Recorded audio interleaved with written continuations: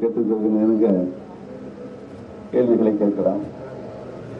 முதல்ல ஸ்டாலின் இந்த மாதிரி நீங்க 2 பேருமே துரோகம் விளைவிச்சிருக்கீங்க, உங்களுக்கு ஒரு பதவி போன பிறகு தான் இந்த ஒரு எண்ணம் ஏன் வந்துச்சு, பொது ஞானோதயமான பல காட்டமான விஷயங்கள் கேட்டிருக்காரு. அதுல உங்களுடைய கருத்து சப்ஜெக்ட் விஷயம் கேளுங்க, பொதுவாக கேட்காங்க. இது 3வது சொல்லியிருக்காரு சார் நேற்று. என்னென்ன சொல்லுங்க? முதல்ல வந்து பதவி இழந்த பிறகு தான் உங்களுக்கு ஞானோதயம் வந்திருக்குன்னு சொல்லியிருக்காரு. 2வது நீங்களும் சசிகலா 2 பேரும் சேர்ந்தே வந்து துரோகம் விளைவிச்சிருக்கதா திமுக செயல் தலைவர் சொல்லியிருக்காரு. நான் ஏற்கனவே மாண்புமிகு இதய தெய்வம் புரட்சி தலைவி அம்மாவுடைய நினைவகத்திலிருந்து மிகவும் விளக்கமாக விவரமாக என்னுடைய பேட்டியிலே நான் அன்றைக்கு குறிப்பிட்டிருந்தேன். உங்களுக்கு நன்றாகவே தெரியும், அவருக்கும் நன்றாகவே தெரியும். நடைபெற இருக்கின்ற ஆர்கே நகர் சட்டமன்ற தொகுதியினுடைய இடைத்தேர்தலில் பிரச்சாரம் கோடை வெயிலை காரணம் இப்பொழுது சூடுபிடிக்க ஆரம்பித்திருக்கிறது. அந்த வெப்பம் தாழாமல் அவர் மிகப்பெரிய திராவிட முன்னேற்ற கழகத்தினுடைய பலவீனத்தை நேற்று அவருடைய பேச்சின் மூலம் வெளிப்படுத்தி இருக்கின்றார். அனைத்து இந்திய அண்ணா திராவிட முன்னேற்ற கழகத்தினை பொறுத்தவரையில் இதய தெய்வம் டாக்டர் புரட்சித் தலைவர் எம்ஜிஆர் அவர்களும் இதய தெய்வம் புரட்சித் தலைவி மாண்புமிகு அம்மா அவர்களும் கட்சியும் ஆட்சியும் ஒரு குடும்பத்தினுடைய ஆதிக்கத்துக்குள் சென்றுவிடக்கூடாத ஒரு ஜனநாயக முறைப்படி மக்களாட்சி தத்துவத்தின்படி மக்களாட்சியினுடைய அடிப்படையின்படிதான் ஒரு கட்சியும் ஆட்சியும் இருக்க வேண்டும் என்பதுதான் மாண்புமிகு அம்மாவுடைய கொள்கை குறிக்கோள். அந்த வழியில் தான் மாண்புமிகு அம்மா அவர்கள் கட்சியையும் ஆட்சியும் நடத்தி வந்திருக்கிறார்கள் என்பதை அந்த வகையில் நடத்துவதற்கு மாண்புமிகு அம்மா அவர்கள் எடுக்கப்பட்ட நடவடிக்கைகள் உங்கள் அனைவருக்கும் நன்றாகவே தெரியும். நான் பல நேரங்களில் அதை விவரமாக என்னுடைய பேட்டியிலே தந்திருக்கின்றேன். இன்றைக்கு மாண்புமிகு அம்மா அவர்கள் மரணமடைந்திருக்கின்ற ஒரு அசாதாரணமான ஒரு துர்ப்பாக்கியமான சூழ்நிலை அனைத்து இந்திய அண்ணா திராவிட முன்னேற்ற கழகத்திற்கு ஏற்பட்ட பொழுது அந்த நேரத்தில் நான் அதை சுருக்கமாக சொல்லிவிடுகிறேன். என்னை சந்தித்து நீங்கள் முதலமைச்சராகவும் அண்ணன் கழக அவைத்தலைவர் மதுசூதன் அவர்கள் பொதுச் செயலராகவும் இருக்க வேண்டும் என்ற ஒரு ஏற்பாட்டினை சொன்னார்கள். நான் முதலமைச்சர் என்ற பதவியை அந்த நேரத்தில் ஏற்பதற்கு தயாராக இல்லை, எனக்கு வேண்டாம் என்றுதான் நான் அந்த நேரத்தில் அவர்கள் சொன்னேன். அதற்கு பல காரணங்கள் இருக்கிறது. பல காரணங்கள் இருக்கின்ற ஒரு குடும்பத்தினுடைய கைக்குள் அன்றைக்கு அவர்கள் கட்சியும் ஆட்சியும் கொண்டு போக எத்தனித்து அதன் மூலமாக புரட்சித் தலைவி மாண்புமிகு அம்மாவுடைய கருத்துக்கு கொள்கைக்கு மாறுபட்டு நடக்க வேண்டிய ஒரு சூழ்நிலை நமக்கு ஏற்படும் பல விதத்தில் நிர்வாகத்தில் நிர்பந்தம் ஏற்படும் என்று கருதி நான் வேண்டாம் என்று சொன்னேன். ஆனால் அவர்கள் அந்த நேரத்தில் கட்சியினுடைய ஆட்சியினுடைய மாண்புமிகு அம்மாவுடைய இல்லாத நேரத்தில் பிளவுபடக்கூடாது, ஏற்கனவே மாண்புமிகு அம்மாவர்கள் உயிரோடு இருக்கின்ற நேரத்தில் உங்களைத்தான் 2 முறை முதலமைச்சராக நியமித்திருந்திருக்கிறார்கள், அதில் எந்தவித கருத்து வேறுபாடும் இல்லை. மாண்புமிகு அம்மாவர்கள் இல்லாத நேரத்தில் இன்னொருவரை உங்களை தவிர்த்து இன்னொருவரை அதற்கு கொண்டு வந்தால், முதலமைச்சராக கொண்டு வந்தால் பல கருத்துக்கள் பல்வேறு கருத்துக்கள் உருவாவதற்கு வாய்ப்பு இருக்கிறது. கட்சிக்கும் ஆட்சிக்கும் அது ஒற்றுமை குலைக்கின்ற ஒரு சூழல் ஏற்படும் என்று அவர்கள் சொன்னதன் காரணமாக நானும் ஒத்துக்கொண்டேன் என்று ஏற்கனவே நான் சொல்லியிருந்தேன். அந்த அடிப்படையில் நான் முதலமைச்சராக பொறுப்பை ஏற்றுக்கொண்டது பின்னால் பொதுச் செயலாளராக திருமதி சசிகலா அவர்களை தேர்ந்தெடுக்க வேண்டும் என்ற கோரிக்கை அவர்களிடத்திலிருந்து வந்தது என்பதையும் நான் சொல்லியிருந்தேன். அதற்குரிய ஏற்பாடுகளை அன்றைய சூழ்நிலையில் மாறுபட்ட கருத்துக்கள் வருகின்ற பொழுது பல்வேறு பிரச்சனைகள் கட்சியில் குழப்பம் உருவாகும் என்று எண்ணி அனைத்து மூத்த அமைச்சர்களும் நாங்கள் எல்லாம் கூடி பேசி அதற்கு ஒத்துழைப்பு தந்து சரி என்று சொல்லி திருமதி சசிகலா அவர்களை பொதுச் செயலாளர் கொண்டு வந்தது அனைவருக்கும் நன்றாக தெரியும். ஆனால் பொதுச் செயலாளரான மறுபடியும் ஒரே வாரத்தில் முதலமைச்சராகவும் அவர்கள் வர வேண்டும் என்ற ஆசையை வெளிப்படுத்திய போதுதான் எங்களுக்குள் பிரச்சனை வந்தது.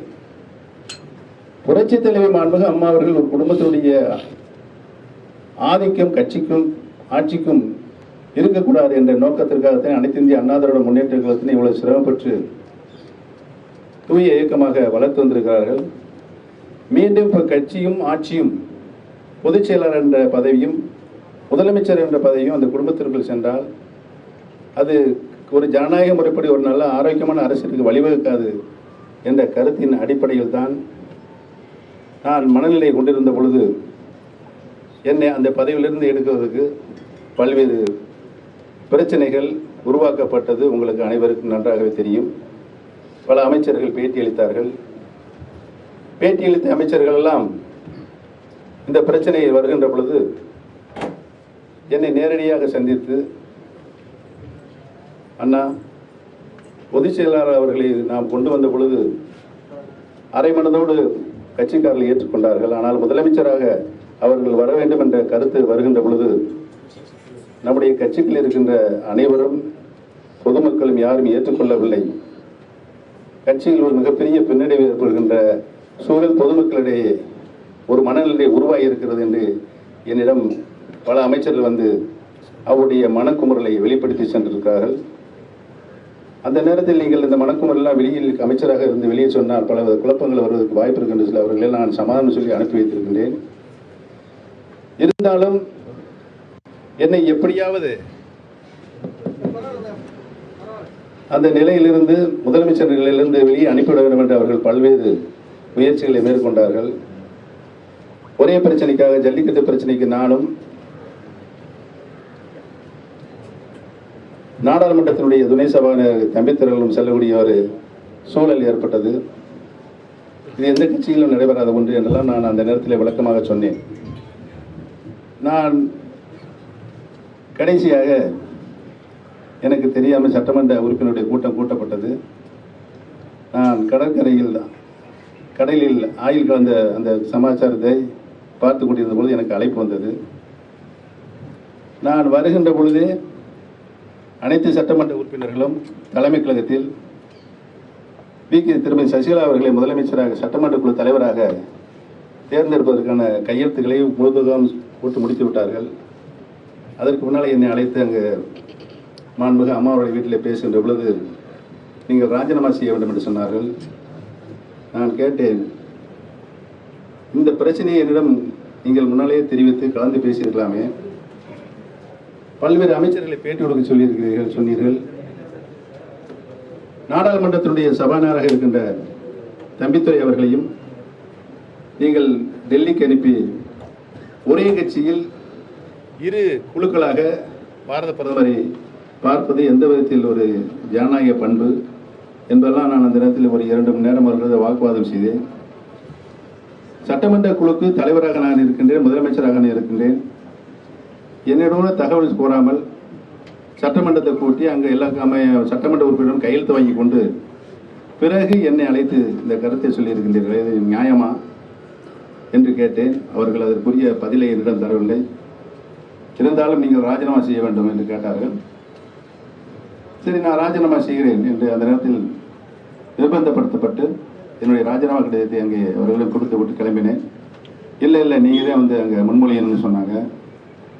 இல்லாட்டி கட்சி கட்டுப்பாட்டு மீறுவதாக அர்த்தமாகிவிடும் என்று அந்த கருத்தை சொல்லப்பட்டது. சரி என்று நானும் அதற்கு உடன்பட்டு இந்த வேலையெல்லாம் உங்களுக்கு நன்றாக தெரியும். இது நடந்து முடிந்தது. ஆனால் அம்மாவுடைய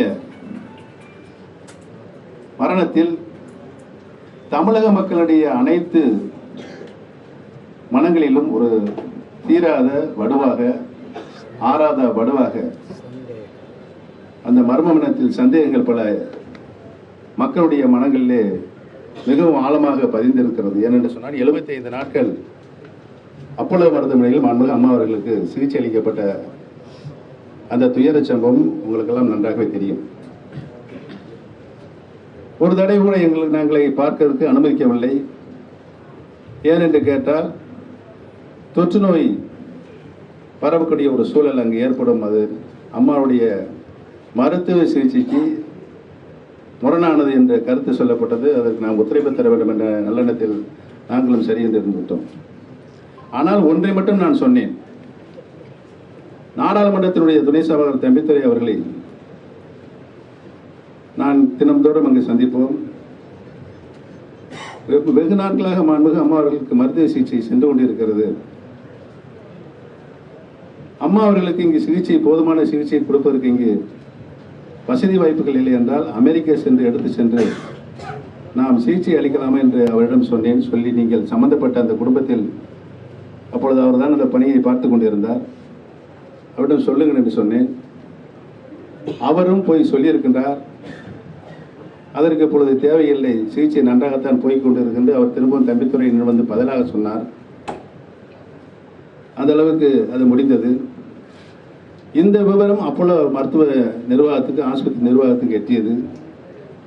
நிர்வாகமும் தம்பித்துறையை அழைத்து, எங்கள் மருத்துவமனை மீது உங்களுக்கு நம்பிக்கை இல்லையா, நன்றாகத்தான் நாங்கள் சிகிச்சை அளித்துக் கொண்டிருக்கணும் என்று சொல்லியிருக்கின்றார்கள். அதையும் என்னுடைய தம்பித்துறையினரிடம் வந்து சொன்னார். நான் இன்னொரு கருத்தையும்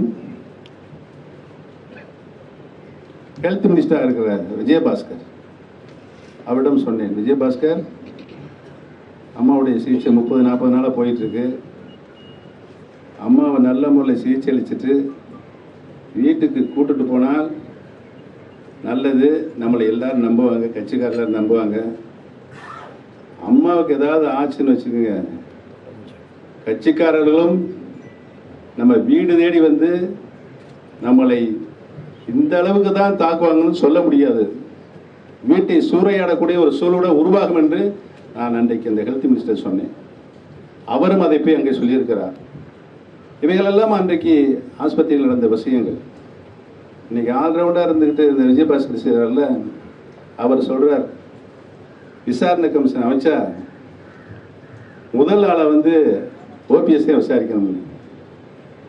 நான் மருத்துவர் கிடையாது, மருத்துவ முறையை பற்றி எனக்கு தெரியாது, எந்த நோய்க்கு எந்த மருந்து கொடுக்கணும், எந்த ஊசி கொடுக்கணும் தெரியாது. அதெல்லாம் விஜயபாஸ்கர் நல்லாவே தெரியும். அவர் தான் அந்த டீமுக்கு லீடர், அந்த டீமுக்கு மருத்துவ குழுவுக்கு அவர் தான் தலைவர். ஏன்ட்ட எதை பற்றி விளக்குனது கிடையாது. அவங்க தான் வந்து இந்த சிகிச்சை போதுமானதாக இருக்கிறதா இல்லையா என்று தெரிந்து அங்கே தெரியப்படுத்தி, இந்த போதுமானது இல்லை என்றால் வெளிநாடுகளுக்கு உரிய சிகிச்சை அளிப்பதற்கு அவர்கள் பரிந்துரை செய்ய வேண்டும்.